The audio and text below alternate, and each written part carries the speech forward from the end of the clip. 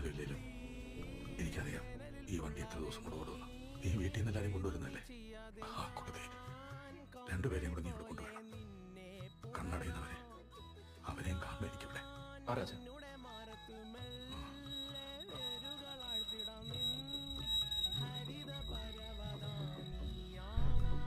ശ്രീകണ്ഠപുരത്ത് ഞാൻ ജോലി ചെയ്തിരുന്ന സമയത്ത് കഴിഞ്ഞ 30 വർഷമായിട്ട് ഒരു കുടുംബം കൂടെ ഞാൻ നോക്കുന്നുണ്ട്.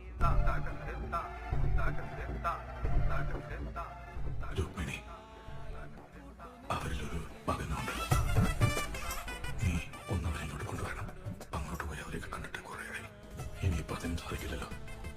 പിന്നെ വലിയ കോലാഹലമൊന്നുമില്ലാതെ നീ ഇതൊന്ന് വീട്ടിൽ അവതരിപ്പിക്കണം.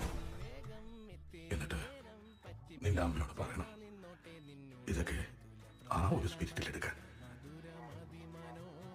ഏത് സ്പിരിറ്റിൽ?